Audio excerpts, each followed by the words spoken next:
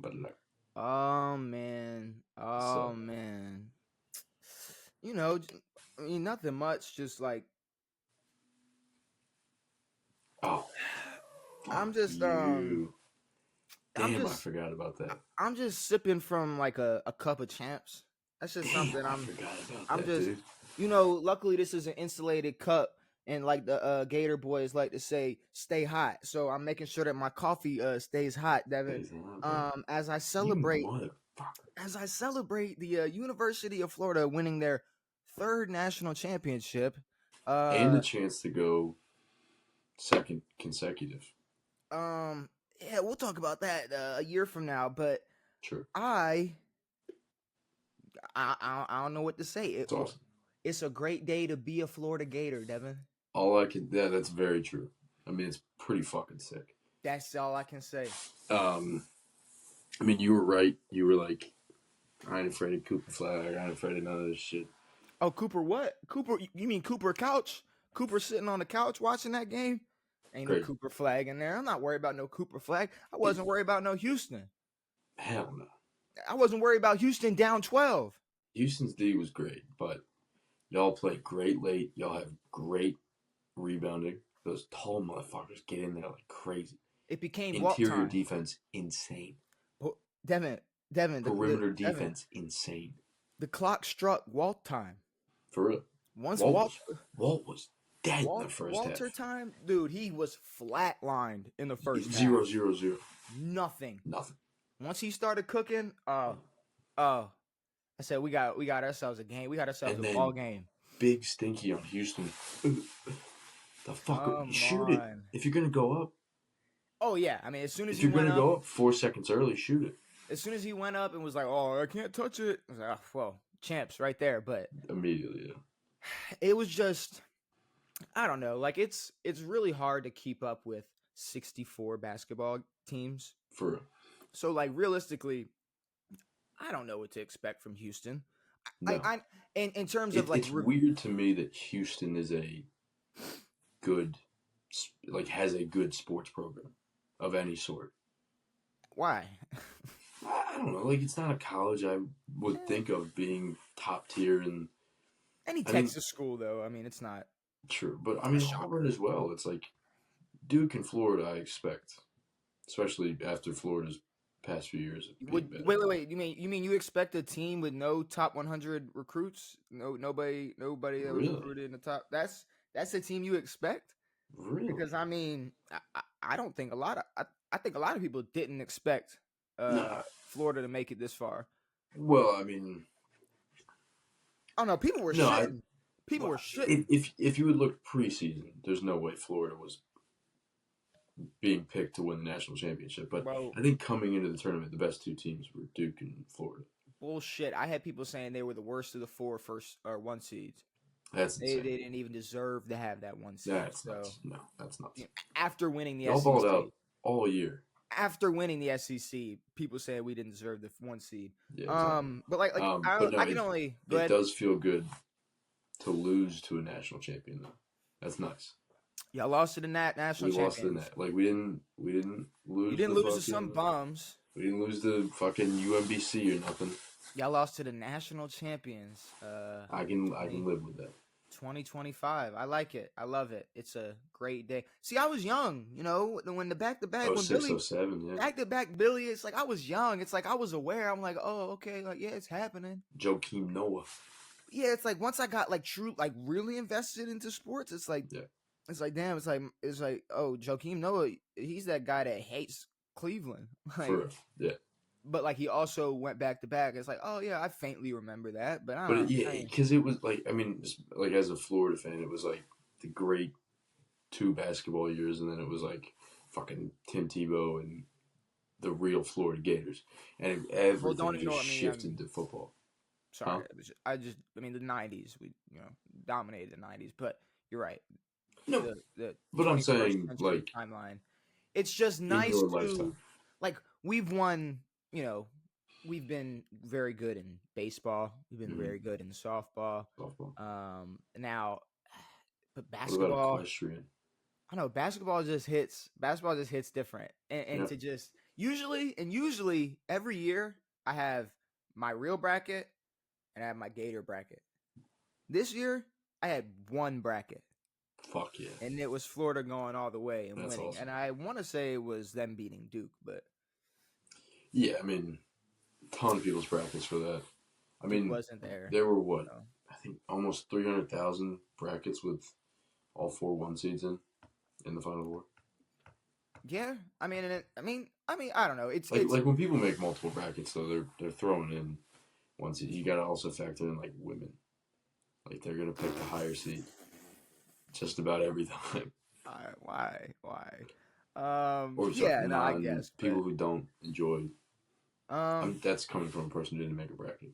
You didn't even make a bracket. You should have. You should have just made a bracket, threw Florida all the way up there, and Florida. boom. I did. I'm gonna be honest. I probably would have put Duke up top, but that's because I'm a casual. That's fine. That's fine. We're all. Anybody that isn't a casual, like is like a full college basketball head, like I truly believe in some way they're getting paid. Like, and what I mean by that, it's like, so Jeff Teague has a podcast, and Yeah. because he loves basketball and happens to do a podcast where he's very successful, that is a very successful podcast. Like, he happens to discuss college basketball. But if he didn't have a podcast, it's like, sure, he'll talk about it maybe in private, but nobody's running up to him going, how do you feel about Houston losing to Florida? It's like I'm just saying, like, I don't know. I never hear people talk about it until March. Sure. And then people are really interested in 4 or 5 teams. I mean, it's like that's about you have to be diehard of that team, of the team you support, and then you just have to. I mean, there's people who enjoy basketball, but like for whatever reason hate the NBA and only watch college basketball. But I don't know. I mean, college basketball is cool. I love March Madness and all that, but I can't keep up the entire season with 138 fucking teams. No, there's no way. It just doesn't make any sense. And all this is happening like as the fucking football season's ending and then baseball season's starting, and it's like it's not in my NBA's about to be in the playoffs. Exactly. Like it's March Madness. March Madness has the fakest fans. Like March Madness is the most for sure. It's the most reaction based tournament. Like or it's just the most reaction based sports event. Like because it's usually the most unknown. It's like you watch Super Bowl or you watch the NFL playoffs, you know what should happen. There's nothing too crazy going on. Or same thing with the NBA. It's like and it's single elimination. It's meant to be super exciting. Like, people aren't interested in the chance of upsets in March Madness. They're interested if it happens. Yes. Like, if an upset happens, it's like, oh, wow, it's like Loyola of Chicago. They I can't believe. Exactly, yeah. They'll discuss that, but it's never, I don't know. It's just. Well, it's never like, reactionary. Yeah, it's like, Virginia was a good team, but UMBC, they've got some really good players out there. Nobody was saying that. It just happens. It's like shit just happens and it's cool. There's a buzzer beater. There's a upset. It's cool. Like it's a lot less. I would say there's a lot less just predictions or analyzing. All these games than the playoffs for the NFL. 64 fucking NBA. teams. You have no idea. Half of these teams I've never even heard of. That's what I'm saying. Like people. Like you really have to be diehard. Like if you're a casual, don't lie and sit in my face and try to talk to me like about all 64 teams in this bracket. Fuck no, dude. And the teams in the NIT bracket. It's like get out of my face, bounce, dude. Yeah, it's like who won the NIT? I forgot who won the NIT, but it was a post. It was like whoever wins their first NIT in history. I think they call it something different now. I don't know. No, it's the NIT still. Okay. It's the NIT bracket. But either way, I didn't even see anything for it then. People pretend that they care about that. It's like, no, you don't, dude. Fuck you no. don't. Stop acting like you care about. But like, if I make a bracket, like if I'm picking an upset or something, I'm guessing. I'm like, oh yeah, the fucking 5 might lose to the 12.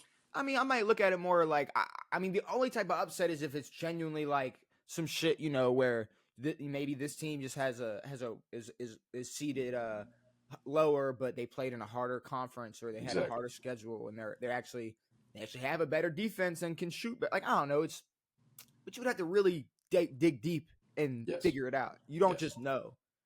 Nobody's just knowing off the top of their head. I know they're not. Especially with like less and less college players. I don't know if it's less and less, but there's not as many pro-ready college players as there were in years past. Like this year, it's like Cooper Flagg, Derek Queen, a few other guys, and those are like the big names. Everything else is like he might go to the league, he might be a solid role player, he might do this, he might do that. Well, I mean, because the more we go on, it's like there. I mean, we're just getting to a point where we're seeing more guys in college that are dominating, that are have been that aren't one and done, that are just staying around. Like college basketball is going to be a lot different, especially with the NIL and shit. It's like people are going to stay around for a while now. Like Coop might stay, so I have no idea what the fuck he's going to do. I mean, that's the thing. Depending on where he might look at that draft board and go, yeah, I'm going to run it back.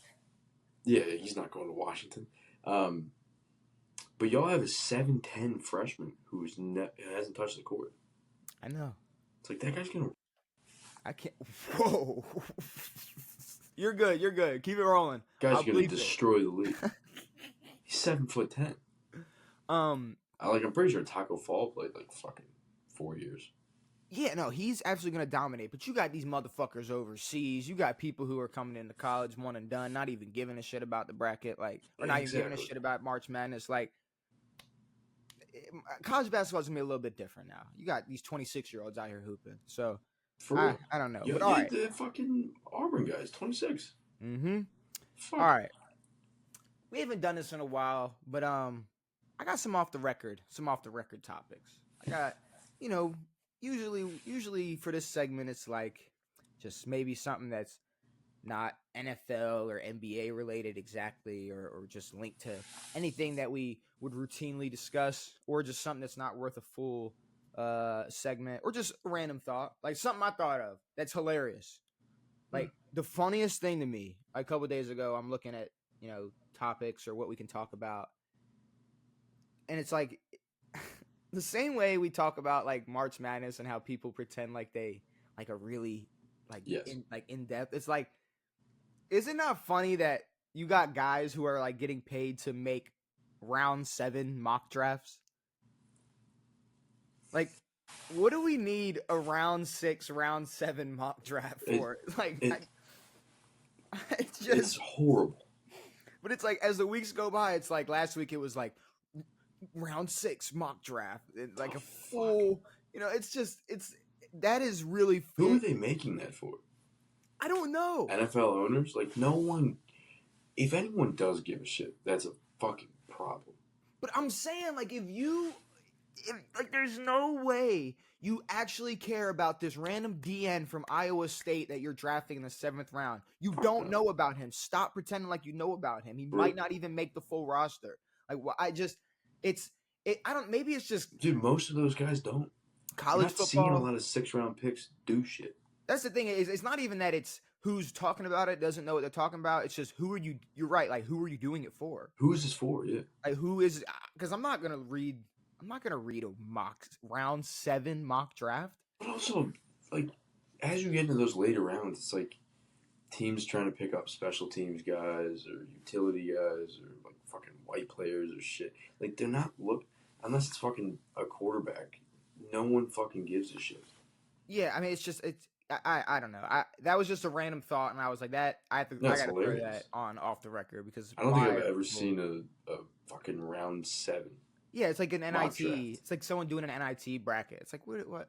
I look at what are we doing? Maybe round 2. I look at round 1, but round 2, round 3, I'm not even touching. No, because I mean, round 2, I only look at just to see if a good running back, is going to go round 2. Anybody that fell to round 2, exactly. You're waiting to see who gets drafted round 2, and that's it. But never am I like, oh yeah, look out for Isaiah Pacheco in round 5. It's like, who the fuck knows who that guy is? Fuck. This guy's gonna dominate the Chiefs. Okay, so something that is like way more serious. Something that happened. See, and that I don't know. I feel like an asshole for not even having like the exact, article pulled up with all the facts and every single thing, but just from everything I've seen and heard and read, it's so the track meet incident. There were 8 schools there. Okay. It was a track meet for high school. High school. And it was I can't believe you haven't heard of this. It's kind of crazy that I'm not. Maybe if I get to it. No, I don't think I've looked at it. Maybe I've stayed off the grid. So a kid goes into another. So I guess they have like tents set up for each school. Mm-hmm. Yeah. And one kid goes into another school's tent, and I guess one of the kids in the tent were like, "Yo, like, get out of the tent." And now right there, right? Like right there. Like what should have happened? Like maybe a coach tells them to a coach, right. Somebody with authority should have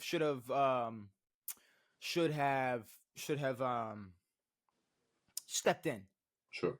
Now what followed was the kid who walked in saying like, "Oh, touch me, see what happens." So the kid that told him to leave, I guess, went to physically move him from. Now, okay, boom, right there. Let's go play by play. Was that the right thing to do? No, I mean, regardless, it's like don't you don't got to put your hands on somebody. It's like just maybe say something like, "Ew, bro's in our." I don't know. It's like I said, I don't know the full details. Maybe he did. Either way, it's like. If somebody did that, it's like, what do you think the retaliation would be? Maybe shoving back and being like, "Oh, stop," or maybe a fight, or maybe he's like, all right, whatever. Like, or maybe everybody steps in. They're like, all right, everybody chill. Maybe a teacher does see, or a coach does see. So the kid that was getting the kid that had initially walked in and was getting physically moved out, stabbed the other kid in the chest. Did hear about that. Yeah. In the heart. Stabbed him, right in the chest. And obviously, didn't survive. No. And it's really upsetting. And like, I hate to be, because at the end of the day, me, you, it's like we can only be responsible for what like we do. Or responsible for what we surround ourselves with, or what how we feel, or just whatever.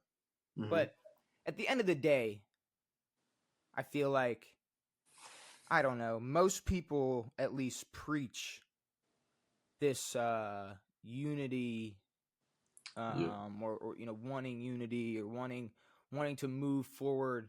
Wanting to advance just the society in America, just Americans, period. Yeah. Obviously, things that have been going on just in 2025 alone, and the end of 2024, politically, hasn't helped. Made things probably 10 times worse, and if not that, social media alone makes it all the worse. Terrible. And I don't feel like it's hypocritical for me to also be online talking about it, because I'm not disrespecting a kid that died, because that's what is going on, Devin. There's a lot of people online who are like praising the kid, like are happy he did it, or so it was praising the kid who stabbed him. Yeah, so it was black kid stabbed a white guy. A lot of people are going, there's a lot of racist shit going on right now. I'm saying, like, there's a lot of racist people online that are praising him, and are happy about it and are saying like good for you for standing up, and a lot of people are calling it self-defense and all these things. Um and and You're at a and track meet. and from what I saw, the parents of the kid, um uh up to, from what I saw, $150,000 donated to them on GoFundMe. And like, Not to the one who died. no, not the one that died, the one that did it. Cool. Makes sense. And like people are donating, like, good on you, like good job, like good job for standing up for yourself. Like people are donating like hundreds, thousands, like praising him. And it's like, I feel like, I don't know. Was there any detail in there that would make it? The detail is he brought a knife on school property and walked into a tent looking for a problem, and when he found it, he killed a kid. Yep. At what point when I explained it did I bring up race? We make jokes about things, or make fun of certain people, or certain things that, or certain situations. We might call this guy a bad person, or this person dumb, or whatever.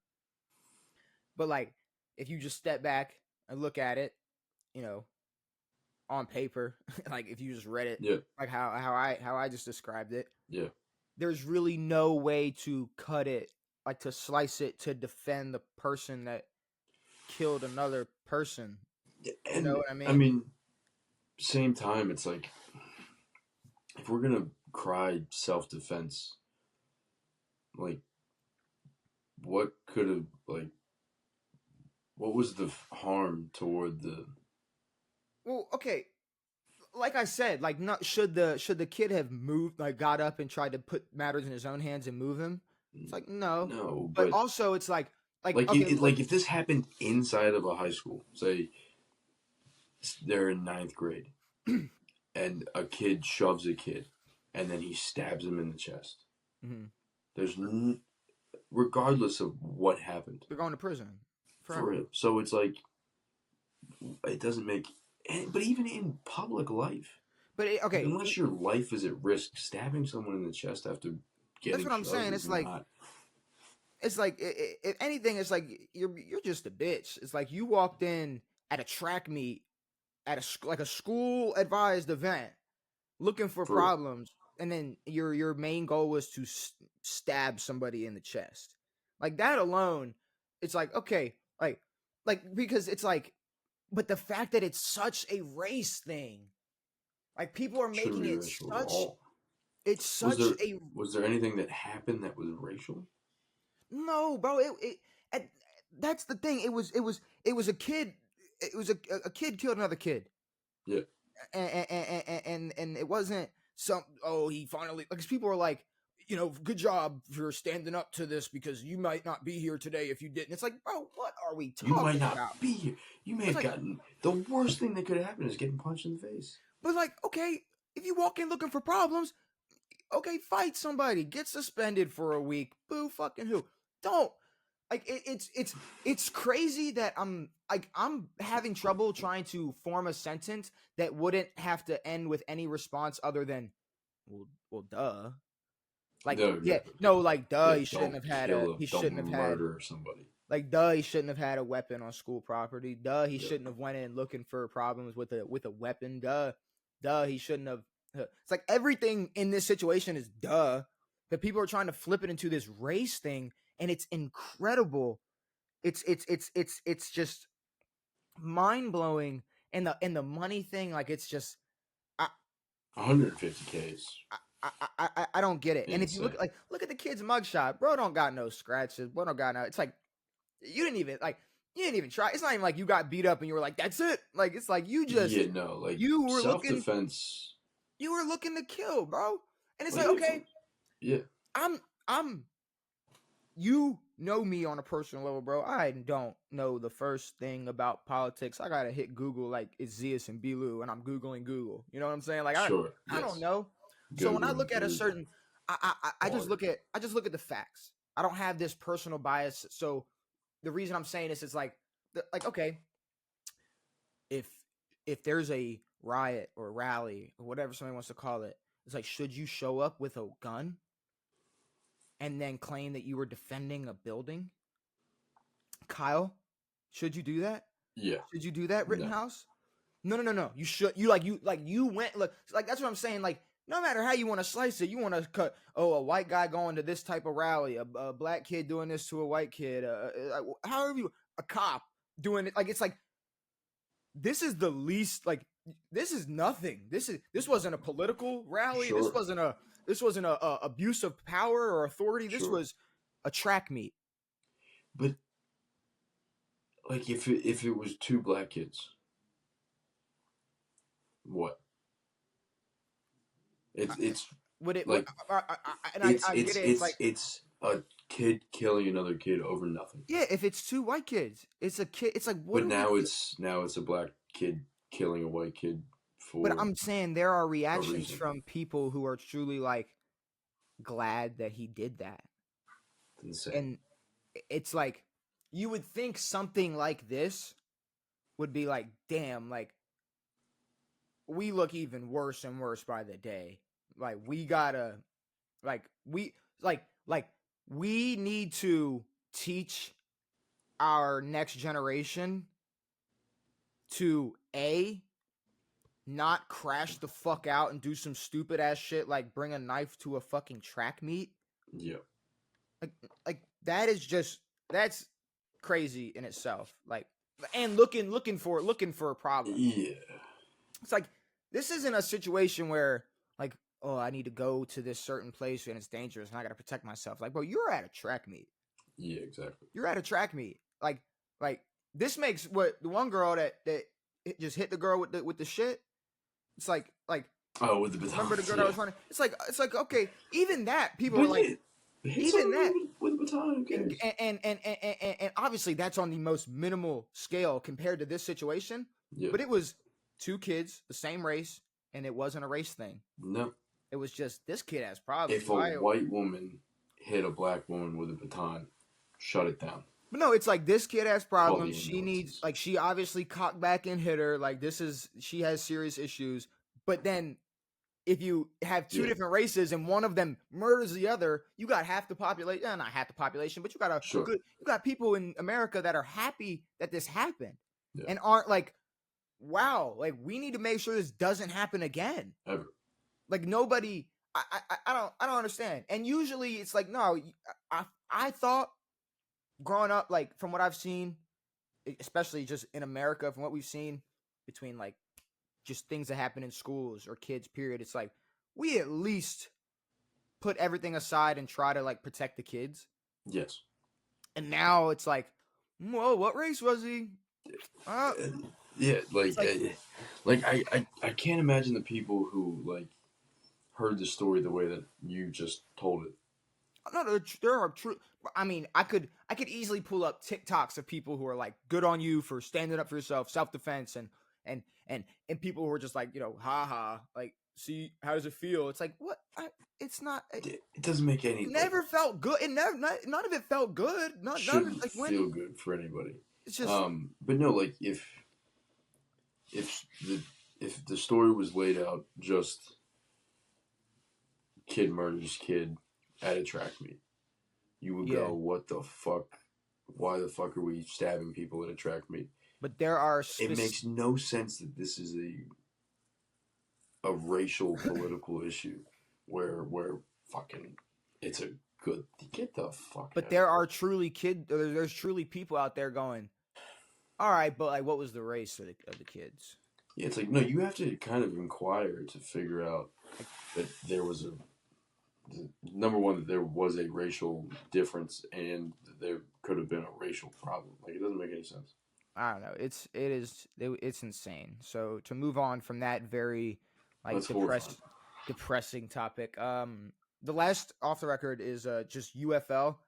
So I'm not bored of it. I'm not done with it yet. Really? There's too much to talk about.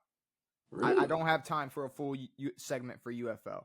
Okay. There's other things to get through, so I'm not giving up on them yet. It's just this episode there ain't enough time to give a whole recap of the UFL. But all right. something that I want to talk about as I put the pouch down, Devin. Put it down. As I put the pouch down, something that confused me. I mean, maybe it didn't confuse some people, but it seemed like a lot of people were confused. 3 games before the playoffs, Dude, what the fuck? Denver fires Mike Malone. And people are happy. I mean, some people. Well, okay, I would say some people get it, and it's weird that I don't get it.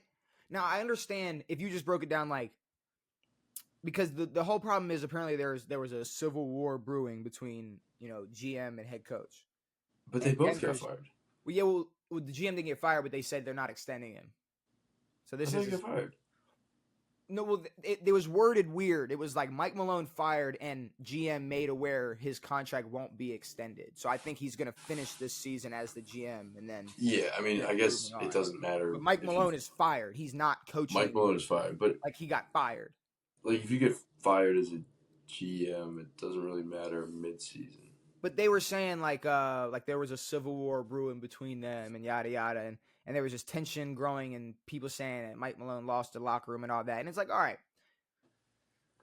Denver is a game away from being in the play-ins. True. Now the West is super tight. So I mean, a lot of teams are close to being a play-in team. Yeah. But I just feel like it's crazy to this close to the playoffs. It's like, so what's the plan here? Because there's no way you're bringing somebody else in this late who's gonna tell them what to do? Yeah, exactly. Like this would be like the worst time to bring in like a Doc Rivers or someone. I'm this saying is like when you bring in like a player coach type of situation where you just like some guy that's 100,000% the interim head coach for the rest of the season. And that's it. Dud. Like, whoever the fuck your assistant is, bring him up, make him the head coach. Because and maybe a bench coach, bring him up. Because it makes no sense. It's like you got even just this season alone. It's like, mind you, the 10 full seasons Mike Malone has coached for them, but this season alone, it's like, well, you've thugged it out this long with Mike Malone. It's like, no, nobody's gonna come in this late and start telling y'all what to do or how to do things different. No. Like, it's playoff time. Exactly. Like, this team needs to be switching it up. Exactly. So I really look at it like this is kind of their, like, they got their excuse ready. Sure. I mean, I think I also, like, Mike Malone was fired. Especially anything this late in the season has to be like a real incident with the actual team. Like, something must have happened. And that was another point. This is getting pushed. That was another point. Like, it has to be deeper than there's beef between the GM. Like, no, this has to be team related. Like, there must have been something with that entire team that has a problem with their head coach. Like, there's been tension all year, and now, before the playoffs, it's like 78 games into the year, we're gonna fire a head coach. It makes absolutely no sense because I mean it's the same thing like the Luka trade. It's like, no, it's a lot more than we thought this was the right move to win. This was not the right move. Something else happened. Y'all are full of shit, and it's the same thing with this. It's I like, there's no way just being on this losing streak or having these losses. It's like, all right, see ya. We're bringing somebody else in to rock out. 10 years and 3 MVPs and a fucking championship and a finals. Yeah, we're gonna boot you mid-season. But they got their excuse ready. If they lose, that's why. If they win, they're smart. They're the smart. Exactly. It was the smartest move in NBA history. Yeah. It was the best move ever. That's the other thing. It's like, I don't know if I can give them an excuse, at least the players, just because. I mean, this has to be a player-driven decision because it's usually the GM firing the head coach. Both these guys are fucked. This was an owner decision. But it's like something must have happened. So, but that's what I'm saying. Like, this could be, and when I mean like it could be deeper, it's like, just the owner just power tripping, like, not just truly disagreeing with how things are going on, and they're like, well, fuck y'all, get out, y'all are done. But it's still, it really, I don't know, because and you look at Jokic, like if you say it's a player decision, it's like, don't Is he even really think. pushing that hard? Yeah. Like, is Jokic really banging down the door of the owner or Yeah. blowing the owner's But I phone feel up? like Like, it could be everybody but. And Jokic is like, I don't care. I don't know, but who though? Jamal Murray, Aaron Gordon, Jamal, like MPJ, Aaron everybody Gordon. who's not the MVP of Not the this most league. important player on this team, yeah. Yeah, I mean, yeah, I know Russ coming off the bench isn't like y'all need to fire this guy. Like no, Yeah. like so I don't know what it is. But, I mean, if we hear nothing out of the players, like if they get asked, like, how do you feel about the firing? They're like, but Well, like when Luca got traded, the entire team was like, this fucking sucks. I don't know why the fuck they did this. It's fucking luckily, retarded. luckily we're in the age of podcasting and interviews where somebody's gonna say something at some point. Like Mark Like, was recently on a podcast. who? Mark Cuban was recently Yeah, on a oh podcast. yeah. He was like, I was fucking He was lit. like, I'm still pissed. he's like, I don't. He's like, I don't know. I was like, it was the dumbest move. Because then the Well, guy because with the he said he got a text from the GM, from Nico, and yeah. he was like, yeah, I thought he was asking me. He was like, no, Apparently, he's fucking telling me. he's telling me this is happening. And the guy that Yeah. whoever the host was like, man, it's like Luca's so good. It's like you give up. And then Mark's like, I don't know why you're telling me. Like I know. Yeah, I don't know why you're telling me. So the opposite. somebody's gonna have a podcast one day and talk about him. Like, I mean, I Mike know Malone. MPJ's on podcasts and shit. Someone's gonna go on Jeff T's podcast and gonna go, yo, why did Mike Malone get fired or whatever? And they're gonna ask him. Banging the assistant And then, out. He was banging the fucking secretary. and then we'll find out. But all right. Somebody else that might be I don't know, fired or let go at some point. And I guess I gotta ask you if he is. And we've had this conversation before, but things have been said. Owners have been talking. Questions have been being asked. Questions have been being answered. Deshaun Watson. Oh. So is he done in Cleveland? Well, he's out, what, all next year now? I would say At least half. I would say if he's ready to come back mid-season and they're already out of playoff contention, sure, he's probably not playing next year. I don't even, like, if they're in decent shape, I don't know if they would make it. I don't know. I don't see it. I don't want to call Cleveland a smart organization. They're the ones who gave him this deal, full well knowing that he had issues. But maybe they do. I mean, if I was Cleveland, I mean, I guess again getting your money's worth and doing this and doing that, but I wouldn't see it. I don't see enough. Okay, so you think he's done in Cleveland? Yeah. Is he done in the league? No. Okay, so I don't. Obviously, I am a fan of Deshaun Watson on the field. Like I'm a fan. Like I've always been a fan of Bro as a quarterback. Like I've always expected him to be up there when healthy. Like it's just I like Deshaun Watson as a player. Yeah. And the co-owner of the Browns coming out saying that the Deshaun Watson move was a swing and a miss, and they thought they had their QB and they didn't. It's like, oh, okay. It's like, so you brought in this quarterback who basically, essentially, left because of all the off the field things going on. You brought him in, and at the time, I think we all knew that he could still play at a high level, and he has torn his Achilles twice and has broke his shoulder. He's played 19 games in 3 years.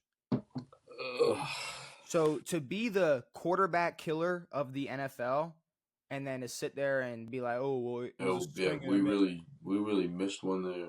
Like for the Browns, it's like no, he got suspended 12 games. He's missed more games to injury than your stupid suspension. It's like for the Browns to throw all the blame on a quarterback. Out of all teams in the NFL, being like, yo, Tim Couch is such a fucking pussy, dude. Like, no, you guys suck. It is hilarious but it's just like, to sit there and shit on him. Like if he was healthy week 1, he wouldn't be the obvious best choice for the Cleveland Browns. Who did they pick up? That's a great question, and I don't remember. Let me pull up the Browns right now. Is that who they picked up? I can't remember. I want to pull up the Browns depth chart. I'll pull it up here, right here. We're looking at Kenny Pickett. Okay. Okay, so Kenny Pickett over a healthy Deshaun Watson? Yeah, there's absolutely no way. And if anybody says that, they just dislike Deshaun Watson. And at the end of the day, you want to go skill or off the field. Well, go ahead. What? Granted, it's like the games that Deshaun did play, they weren't great. He didn't have a ton of. It's the Browns. That's right, exactly. Not all of them were bad. I mean, it's not like he. No. It's just he never got to have a stretch of the ball. It's just it never. It just didn't happen. Not even close to a full season ever.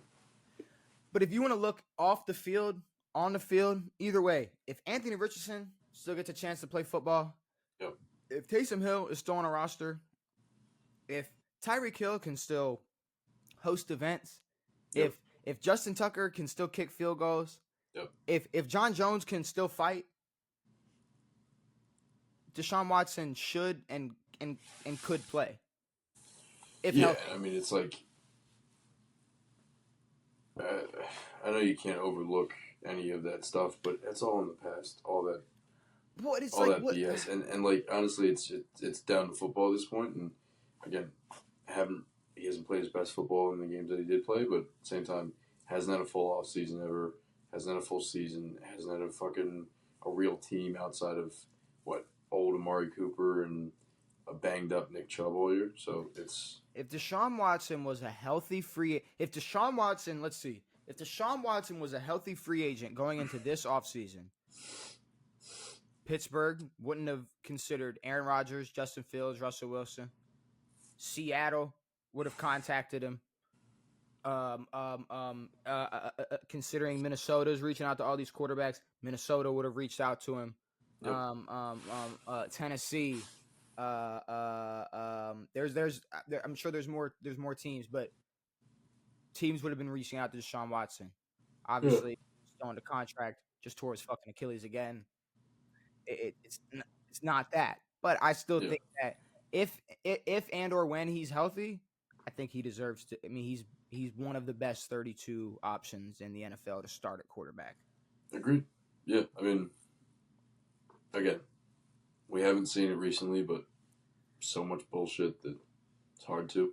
Like, people were like, expecting him to come back in week 13 and just pick up where he left off, not playing football for over a fucking year. Yeah, forever. I mean, almost 2 years. And it's like, he's it's not going to be the same. But I don't know. It's just you should look at like someone like, okay, y'all threw all the blame on Baker. I mean, it's just and look where that got you. It's just for Cleveland to throw blame on quarterbacks still. It's like that's a pretty weak thing to do. Like they should know better by now. But I guess considering their history, I guess they don't know by now. No, I don't think they ever learned. They don't know by now. But all right, I think they just thought that Deshaun was a gift and a saving grace. I mean, and if he was healthy, I think he would have been. I mean, nothing again, like no Super Bowl expectations or anything like that. But I mean, at least a decent playoff team, maybe a playoff win in there. So I think a healthy D-Wop could have done what Joe Flacco did. Yeah, and hopefully more. But maybe even more. But I mean, Oh my God, dude! I talked to a guy today who said he wanted to trade me a Joe Flacco jersey. I think it was signed for my golf clubs. Oh, you didn't want it? Huh? You didn't want to make that move? He was like, "You want to make a trade?" I was like, "No. What the fuck are you talking about?" He's like, "I signed Joe Flacco jersey." He's like, "I worked for the Capitals for 20 years." Why not? Like, why did you make that trade? My brain works, and I love my golf clubs, and this guy was 87 years old. And then he started scrolling through his camera roll. This guy, on his entire phone, had 100 pictures. And that was it. Didn't know how to use the camera roll. He was like, I thought I had more pictures than this. Was showing me memorabilia. And then, would go through and it would be like a picture of, a women's cheer team from the 50s. And I was like, what the fuck is that? You want to know how many pictures I have? What do you guess? Just photos or pictures and videos combined? Both. Okay, combination. 12. 15.4. Yeah. I have over 15,000 photos in my gallery. I think I got a G. A G? Oh, just 1,000? You just have? I mean, that's okay. Yeah, okay, yeah. It's still rookie, but I saw 100 and I was like, and it was just sports memorabilia, and But then it's like pictures of cheerleaders. I probably have to go through like okay, so this guy was there with these cheerleaders. No, Oh. these are like he took a picture of like framed photos. Oh. Oh, okay. It's very weird. I thought you were saying like look where I was in No, he wasn't 1973. like. He was like. Okay. I don't know. So you might have missed out on the Joe Flacco jersey. Could have been a great thing to hang up right behind you. Perfect. Just Joe Flacco sign. I can't put a Flacco up, dude. Come on, we could both have Flacco memorabilia behind us. Come on, we could be the Flacco show, the Elite Joe show. I might need some O stuff though. Some O stuff, maybe some OG skin stuff. Maybe I'll get a skins neon. I don't. You're gonna have to help me out. What are you talking about? Like a beer sign, like a Redskins beer sign. Oh, like a neon. Yeah. Got you. Like the Gator head type. Yes. Okay. 100%. Okay. A new segment that I was cooking up over the weekend and whatnot. I like to call it "What's More Impressive." It could have been done before. I'll say I didn't steal it, but I'm sure this has been a type of segment on somebody's podcast or whatever before. But I was looking at some short or something TikTok of like Steph Curry and whoever talking about the 3-1 comeback in 2016. And then I started comparing it to the 28-3 comeback. And then I was like, wait a minute. That's a conversation to have with Devan because I've already had a 10-minute conversation with myself about it. So I need to get down to the answer. And then I started thinking of a bunch of different, things, is this more impressive than that? What's more impressive, this or that? So I got a couple things. And obviously I think to kick it off, it has to be what inspired this segment. And I don't know how easy this is to answer or how hard it is because to me, I feel like it could be simple. But, you could make a left and then go, all right, well, now we got to think about it.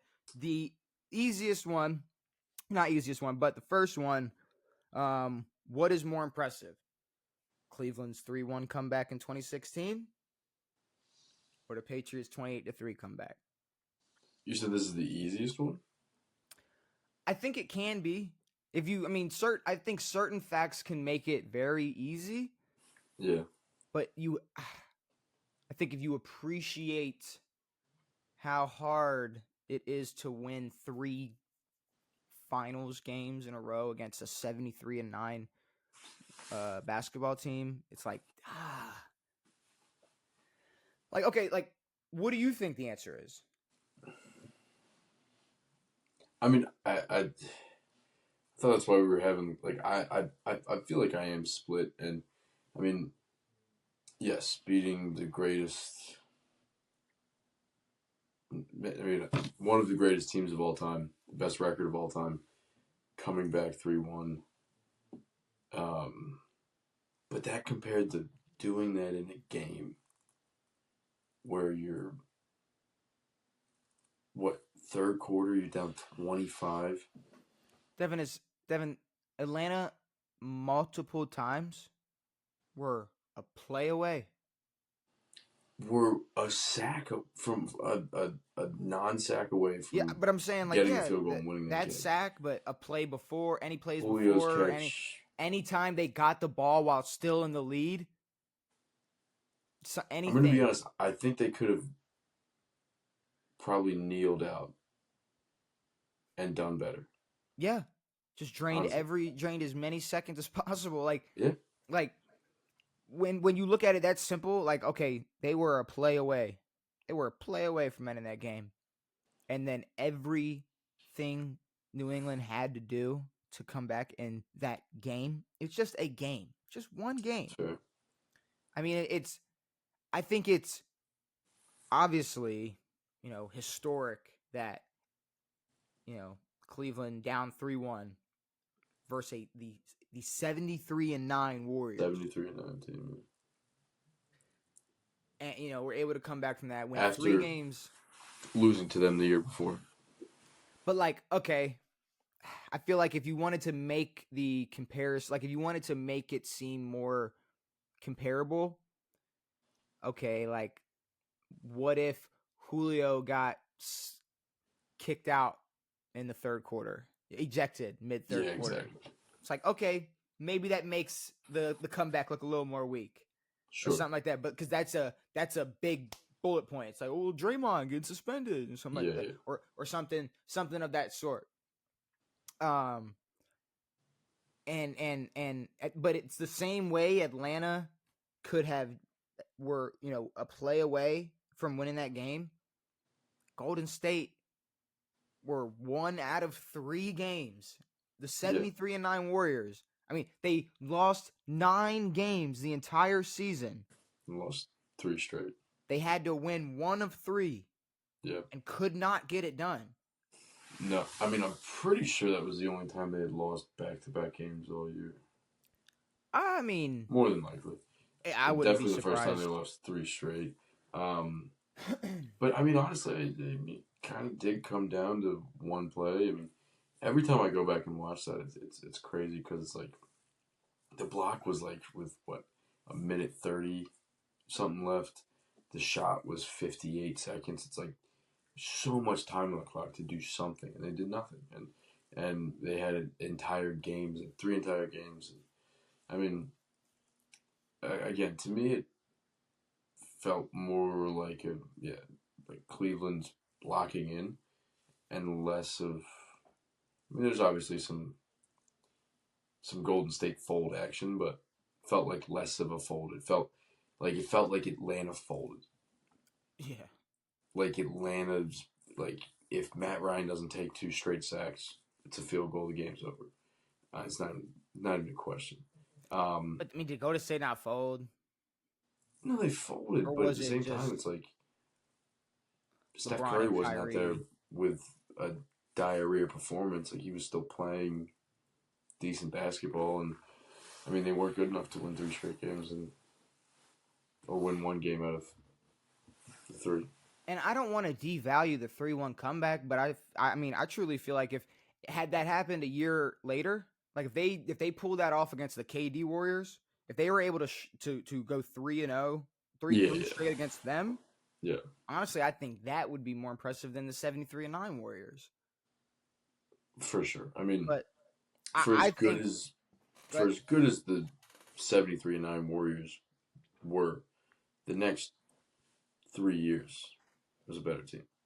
Absolutely. So, I mean, at least for me, I think the 28-3 comeback is just a little more impressive than the 3-1. For sure. Just a little more. But, yeah, it's like if you, like when the Warriors won 73 games, you're comparing them to the 96 Bulls or whatever. Maybe, like, that's a good matchup.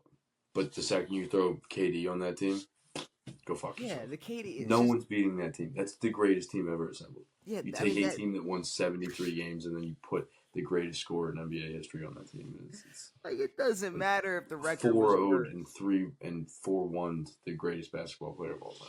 It does not matter if their record was worse because if they truly wanted to, they could have went 82-0. For real, they could have. They went 73-9 and then lost. So I guarantee you they did not care about their regular season record moving forward.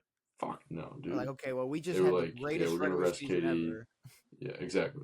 Yeah, we're gonna be healthy and we're not gonna get suspended. Draymond, we're gonna be good. Quit punching people for a week. But all right, okay. So let me ask you this: what's more impressive, Jaden Daniels' rookie year, or Tom Brady's last?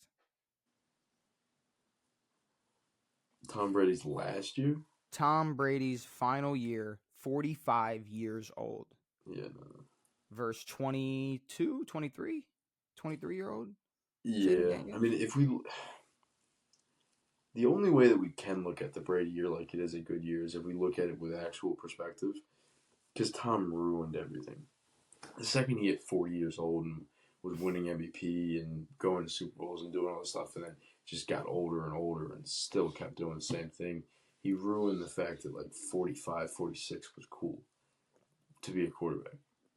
And then it just became normal. It's like, oh, it's Tom. And we expect the same things. We expect Super Bowl appearances out of him. Yeah. And it's like Father Time never really, like, he was always slow. He was always this and that. And we never really saw age truly hit him.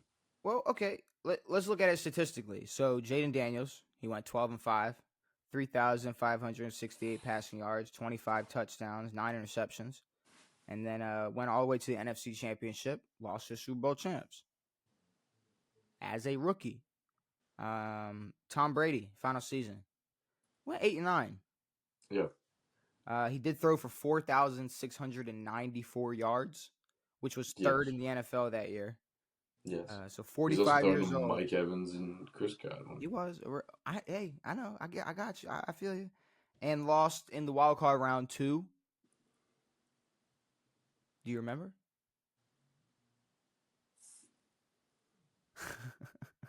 Eagles? Rams? Tom Brady's last game was a loss to the Dallas Cowboys. Oh, fuck. And then they went on and lost to the 49ers. Yeah. One of the dumbest play in NFL history. That was the ending to Tom Brady's career. So, I mean, third in passing yards at 45 years old. But you're looking at the best rookie season of all time. Yeah, exactly. And it's like...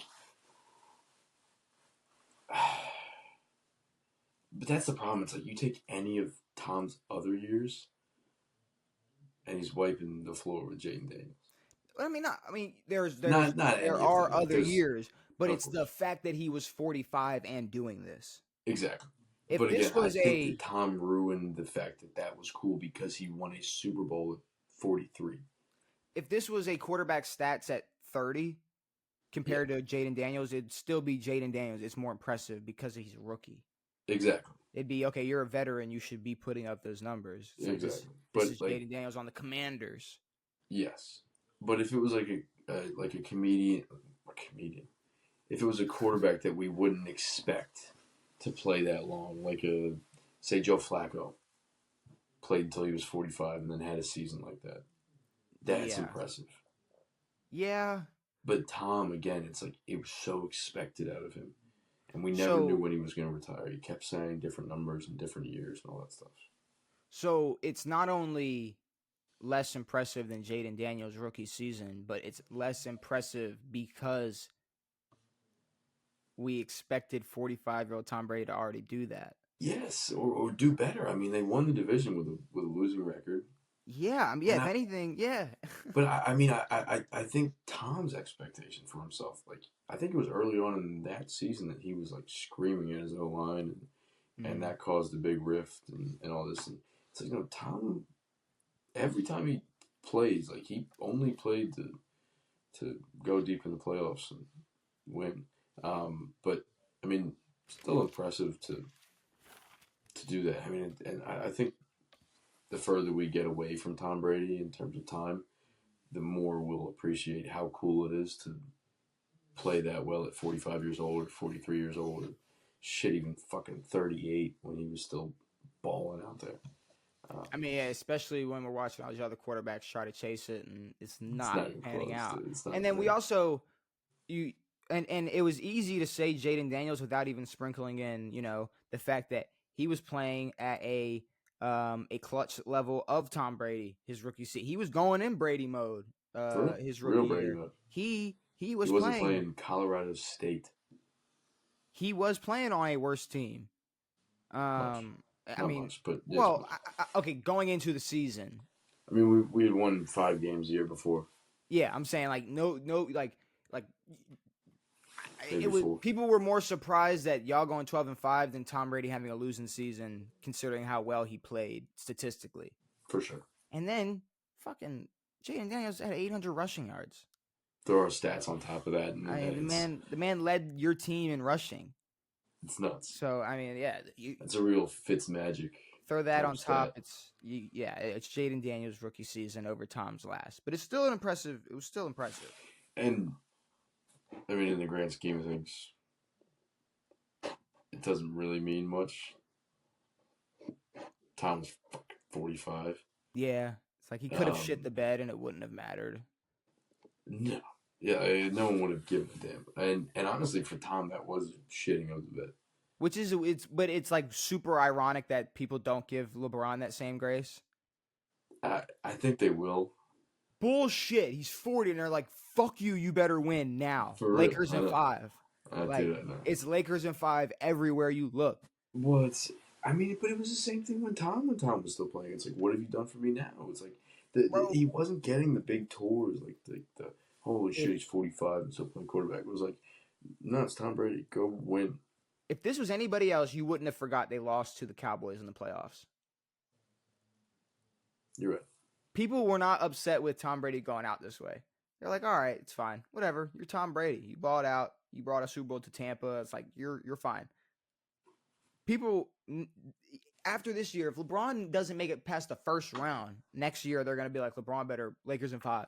Like, they're on his ass, which is, I mean, expectations are high, but still, they should probably give LeBron the same grace, but that's just me. I mean, yeah, I think Brown definitely deserves it, and it's so funny because it's like, I mean, the same thing happens in the NFL. Like, if you saw a 45-year-old Ben Roethlisberger, you'd fucking cry. Or Drew Brees, who can't do anything but fucking shovel past the ball. Shoulder over his fucking head. They're fucking throw it over his fucking head like that. Phillip Rivers was sandbagging him. That's who was. There's all these dudes, dude. His shoulder was Matt Ryan, fucking, they all died on the Colts and just sucked at 39. All right. But no, I was gonna say, like, you see a 40-year-old, 41-year-old Vince Carter trying to play basketball, and they're giving him like wide open threes so he can make his last shot. It's like Brown's out here slamming, jamming, and busting on everybody. Don't remind me. That's like Michael Strahan's fucking sack. That's don't even bring that up. I hate that shit. Vince Hawks. Okay. Road to the Super Bowl, NFC North. Ooh. There's an odd man out. Who? There's one odd man out, and we're gonna talk about them. You mean the for sure playoff team if you draft Caleb Williams? So yeah, we're gonna talk about them first and get Chicago out of the way. Devin, Caleb Williams. You mean Super Bowl contenders? DJ Moore, Roma Doomsday. You got Komet. You got Swift. You got Montez Sweat. Some moves they made. Grady Jarrett. They traded for Joe Tooney. They picked up a guard from L.A., Jonah Jackson. They picked up a center from Atlanta, Drew Dowman. Pros, and I'm being honest, with how grounded Chicago and Caleb Williams were this season. Yeah.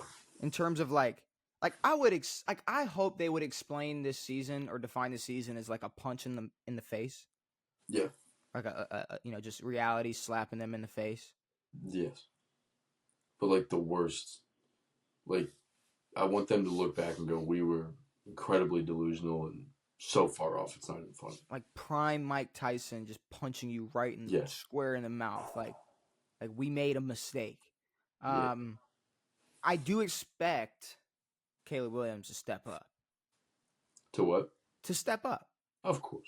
I expect him to step up, and considering the worst O-line in the NFL, are making moves, trying to make this O-line better. It's like, all right, so obviously the worst facet of your game, you guys are at least addressing in the offseason. Yeah. But I feel like at the same time, that's their biggest con is Caleb Williams has to step up. Yeah, I mean, to me, this feels like I hate to say it, but like a Zion situation.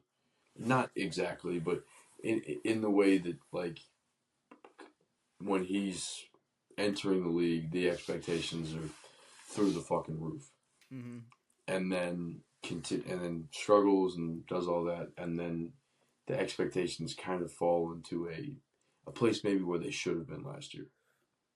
Like, for Caleb, I think his expectations will be way more realistic, which is maybe having a winning season or making the playoffs or not losing 12 games or something not Super Bowl contenders your first year in the league. And maybe that will be better for them, and maybe they can exceed from there. But But just realistic shit. the more we see these young quarterbacks having success, like Jaden Daniels having the greatest rookie season ever, we got C.J. Stroud as being one of the best quarterbacks in the league. Like Caleb has to step up.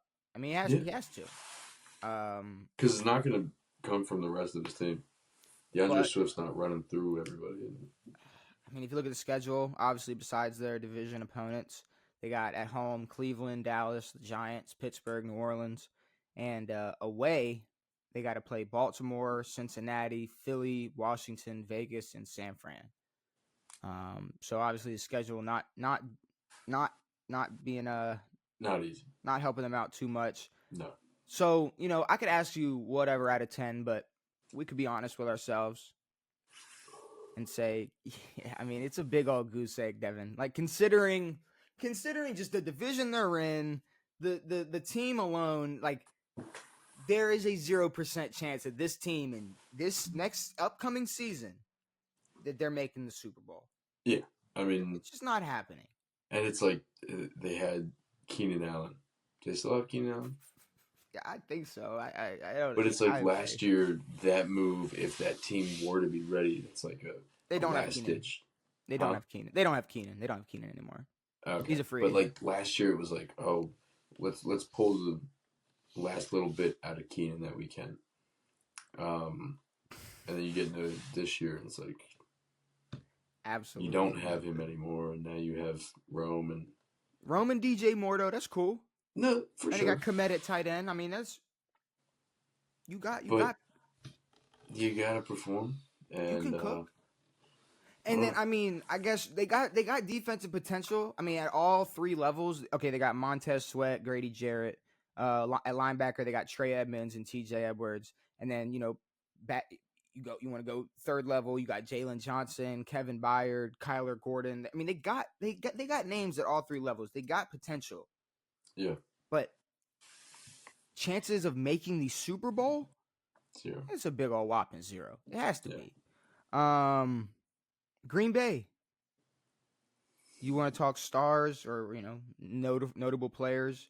I'm sure I'm going to miss some, but, Jordan Love, Christian Watson, Josh Jacobs, Tucker Kraft, Xavier McKinney. If you're not familiar, 8 interceptions last year. Bro was an absolute Xavier McKinney.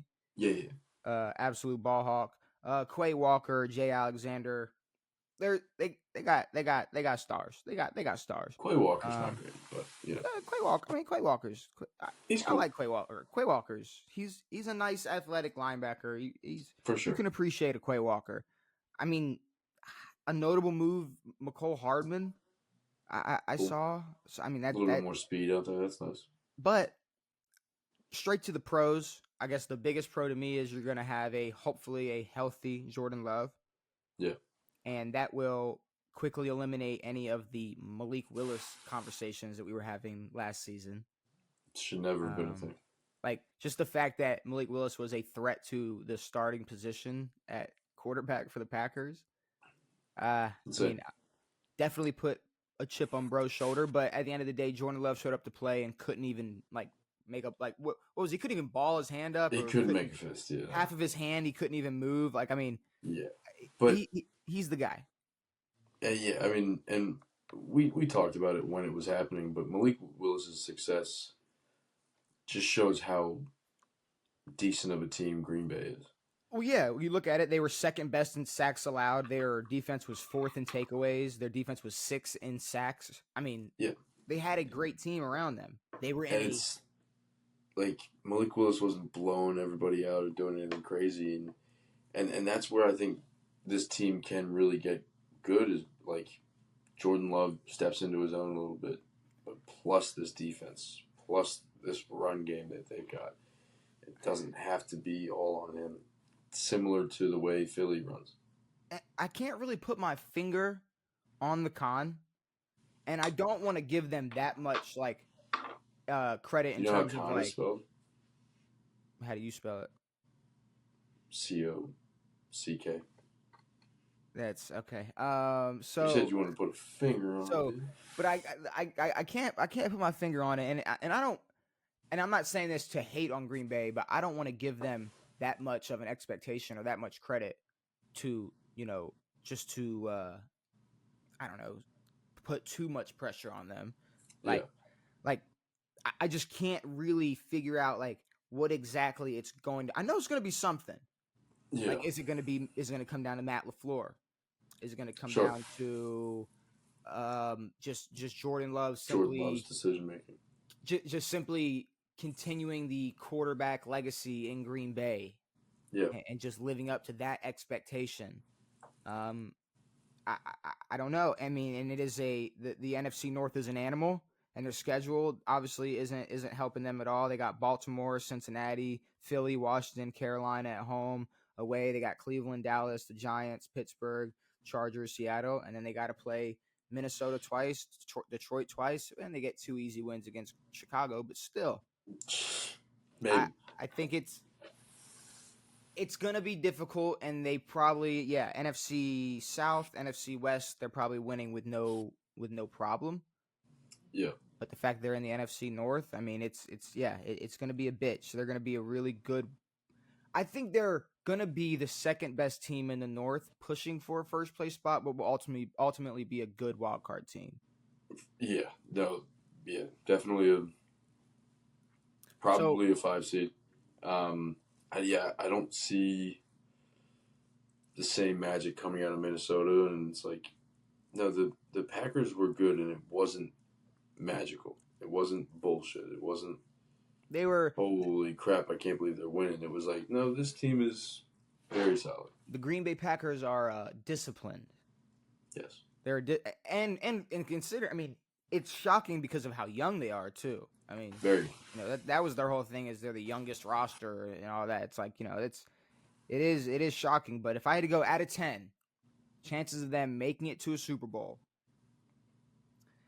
sitting somewhere between like a 3 and a 4, maybe closer to a 3. I thought you were talking percentage. Out of 10. Out of 10, like if I had to just like gun to my head, 3.3 out of 10. I was closer to 4. Solid 4. Solid 4. 3.9. 3.9. Split that up. 3.5. 3.55. 3. My math is horrible. What is it? What did I say? 3.9. You said 3.9. I said 3.3. 3.6. 3.6. I said 3.55. It's okay. It both took us a second. 3.6. 36% chance for the Packers to make it to the Super Bowl. Mental math is the biggest waste of time. Mental math. We all have boops on here and bing bangs. I could have jumped on the calculator. What does GPT mean? Is that just a thing? No clue. Okay. I have no clue what GPT. Maybe I should ask Chat GPT. Ask Chat GPT what GPT stands for. Yeah. Should we find out? I think now we know. If I'm gonna type what does, if it pops up as one of the top 3, they were listening this entire time. All right, it's not on there. Cool. What does? No, you know why it's not on there? Because you said, if this pops up, they're listening.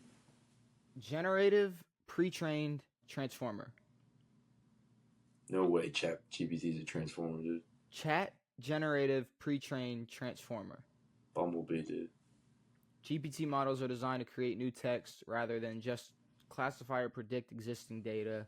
Pre-trained before being used for specific tasks, GPT models are trained on a massive data set of text to learn patterns, grammar, and context.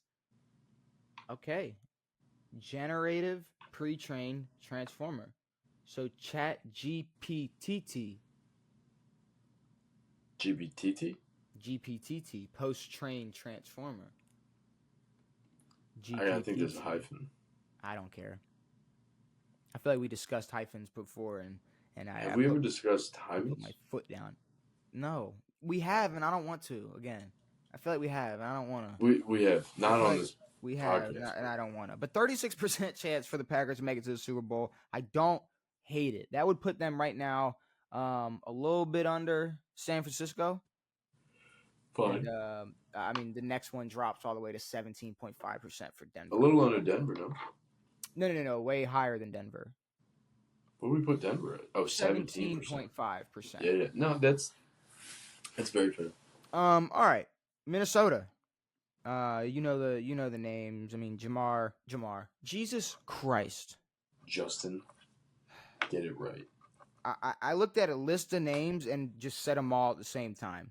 Yes. You got Justin. Jettas, J.J. McCarthy, Jordan Addison. You got Hawkinson. You got Aaron Jones. You got Jonathan Grenard. You got Van Ginkel.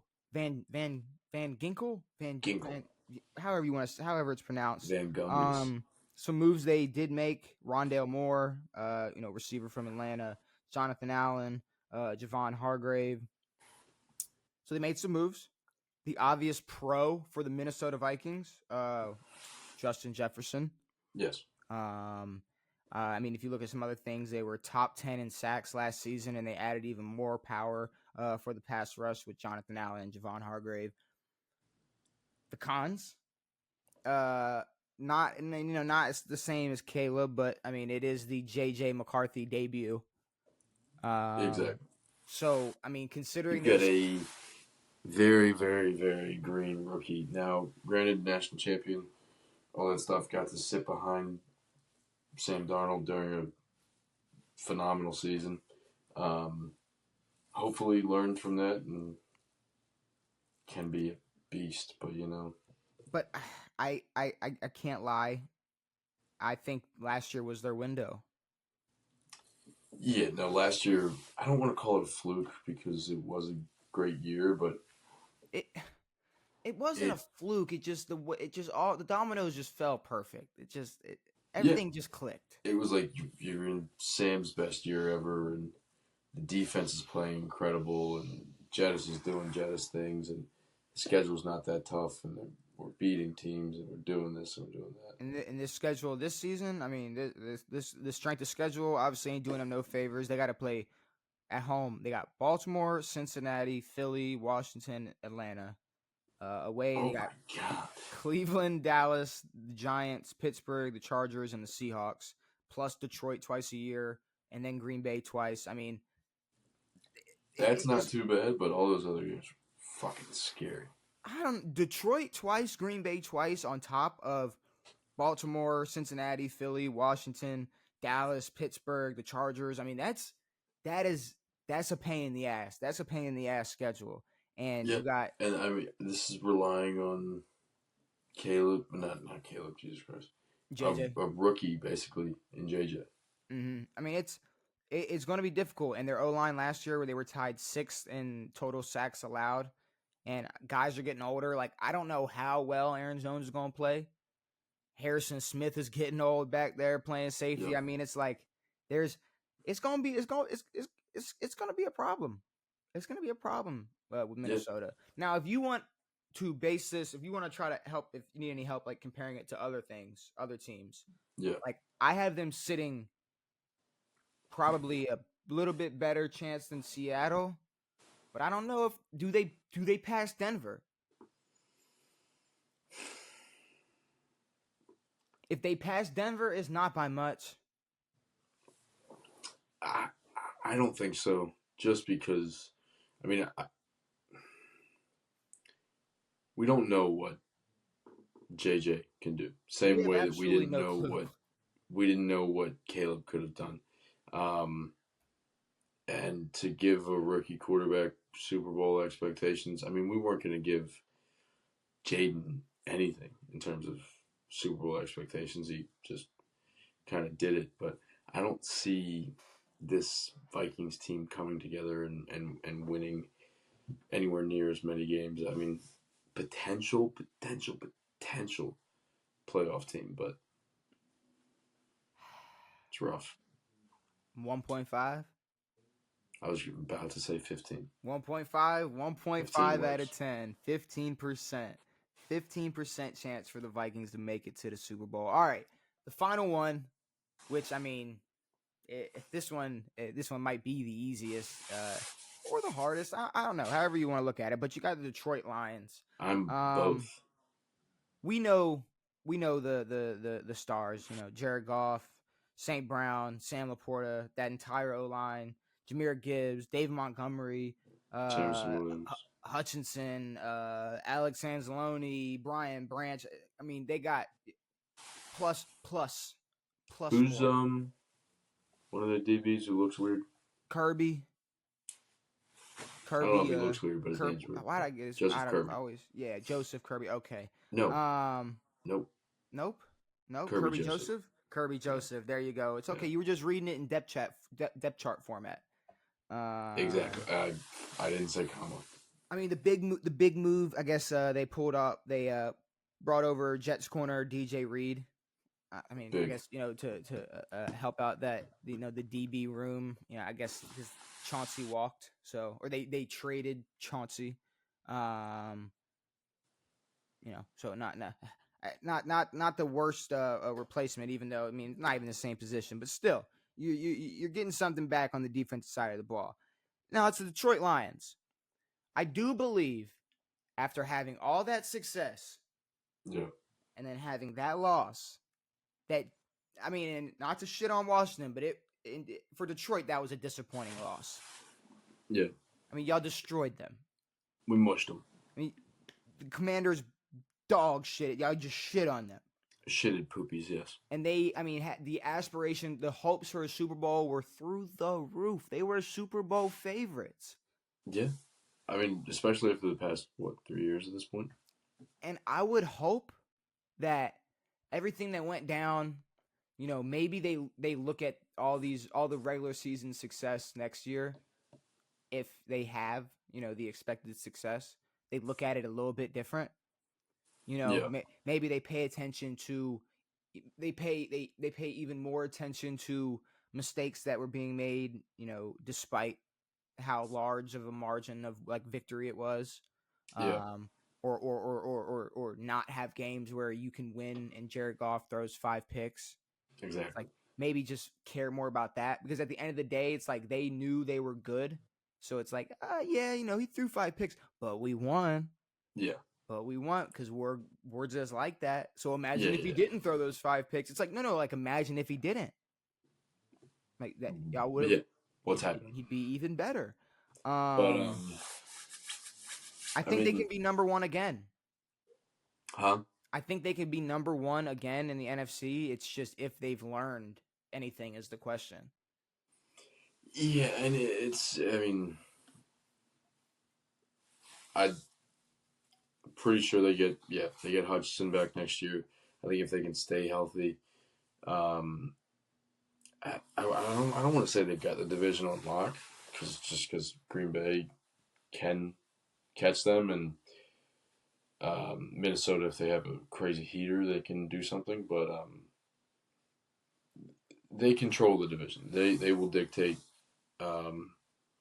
what goes on, and I don't see them really taking their foot off the gas at all. I still see them playing their same style of football, and Dan ain't letting that shit happen. Fuck no.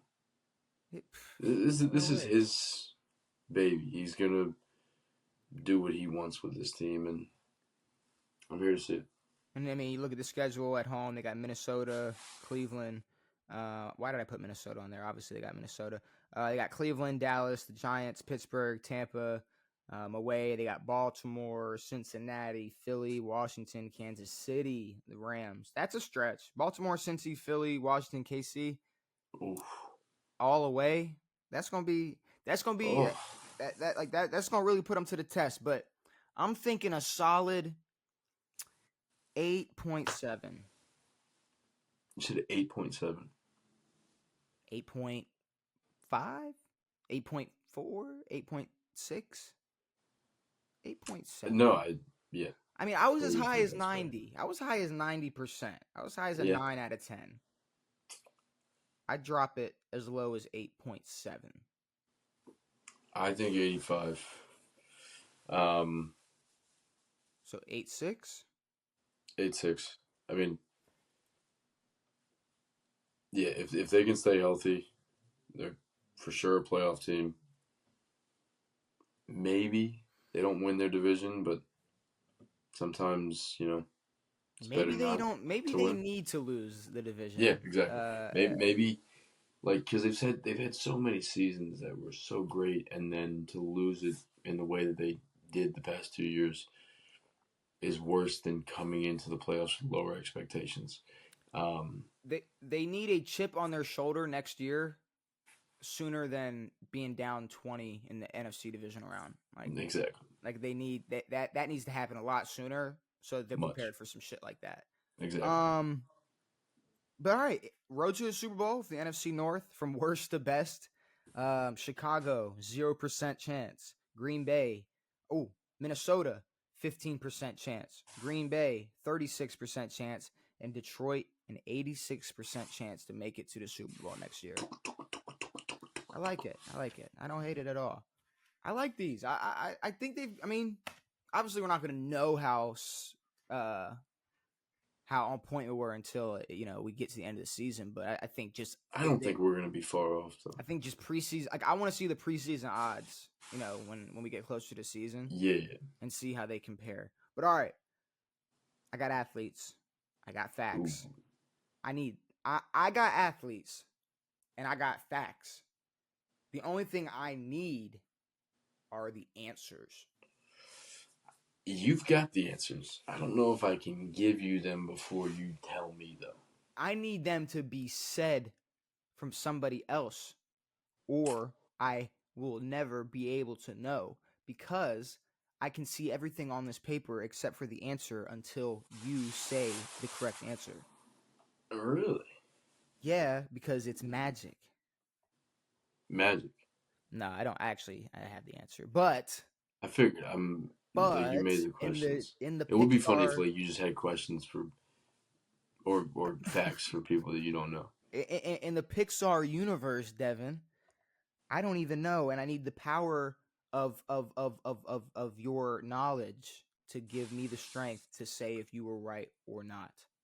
I read 80 books this week. I have knowledge. Look at my Lamborghini. All right. Knowledge. First player. This player was the first rookie to not throw an interception in his first 100 pass attempts. The first rookie? Mm-hmm. This quarterback had more passing touchdowns than Joe Burrow, but less than Baker Mayfield. Total. He has one Pro Bowl.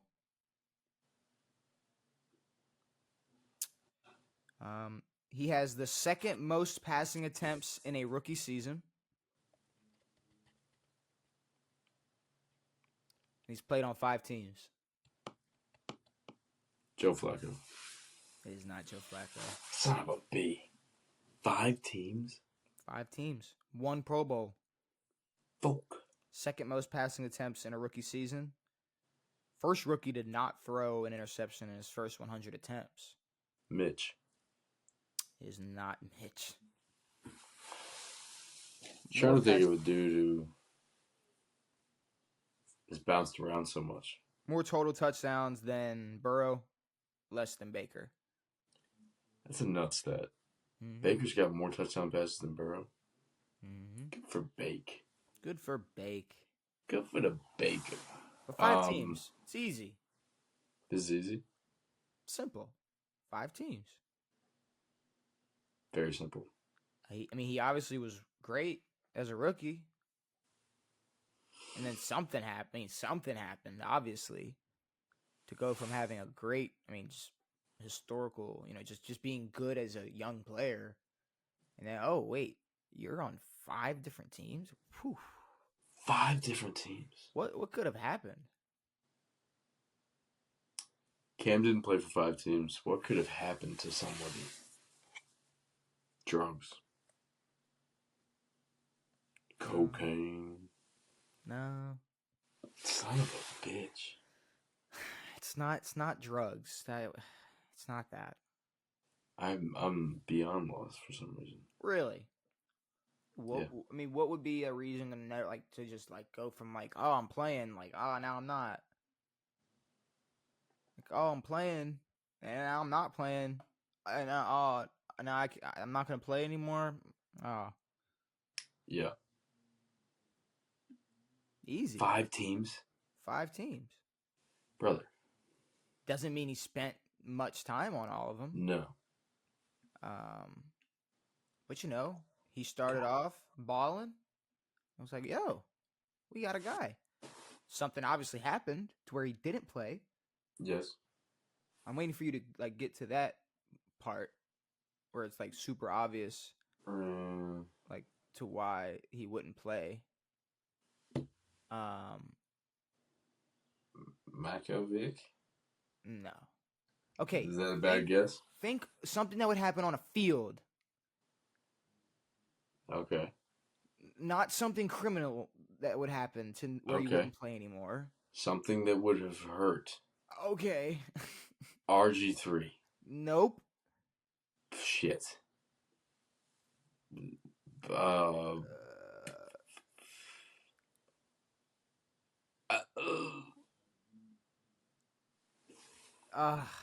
thought you were there. I thought you had it. I got nothing. It's Carson Wentz. It's Carson Wentz. Son of a bitch. It's Carson Wentz, bro. Fuck Carson Wentz, dude. Got hurt. Got very hurt. Rookie year, almost MVP. Never got the chance to play again, pretty much. Play for us. It's terrible. He did. All right, this next player. This player has 5 Pro Bowls. He's tied with the second most 200 receiving yard games. He has more total receiving touchdowns than Adam Thielen, but less than Santana Moss. He has more receiving yards than T.Y. Hilton, but less than Derek Mason. Okay. And he's played for 4 teams. Jesus. What receivers are out here playing for so many teams? 4 different teams, 5 Pro Bowls, second most 200 receiving yard games, which, it's nothing crazy. It's 4. It's tied. Okay. It's tied with a lot of other receivers. Yeah. Yeah. More touchdowns than Thielen. More yards than T.Y. Or Eugene, if you know him formally. His name's Eugene? I think T.Y. Hilton's name is Eugene. Really? I'm pretty sure. I think he was one of our people on here, and that was a clue. I thought it was Gino. No, Eugene Marquise Hilton. T.Y. Hilton. Eugene, yeah. Shout out Eugene Hilton. What you got? 4 teams? 4 teams. Are we talking an old player? No. Okay. Are we talking a good player? Yes. 5 Pro Bowls. 5 Pro Bowls. Good amount of 200-yard games. 200-yard games are nuts. 4 teams. 4 teams. Would you be talking Devontae Adams? No. That's a bad guess. No. Would you be talking... I feel like I'm playing fucking... What's that? Go Fish. Do you have Kings?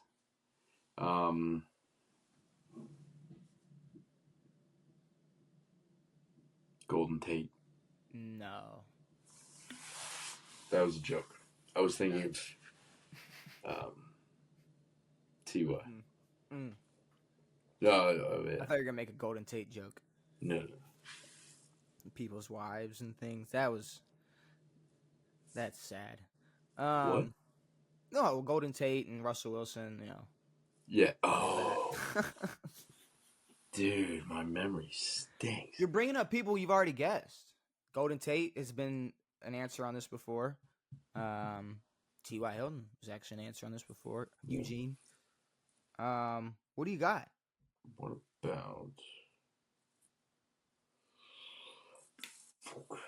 4 teams? I'll give you a softball hint if you have nothing. Nothing. Do I get one of those teams? No. Okay. Do What's you the want it? softball? Yeah. Okay. He's still a free agent.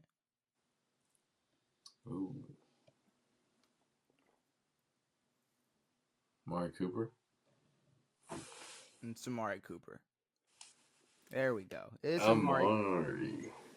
All right, He the has last. played for 4 teams. Yeah, he What? was Raiders, Raiders, Cowboys, Browns, Bills. Bills. I forgot, yeah. And now we're just waiting for him to, I guess, sign with another team. All right, last player. This player has more total passing touchdowns than Jalen Hurts, but less than Trent Dilfer. He has more passing yards than Geno Smith, but less than Lamar Jackson. Fire. He's played for 4 teams. Yeah.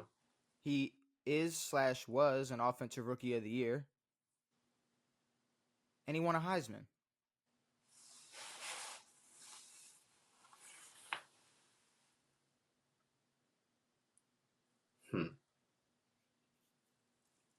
Elroy Heisman.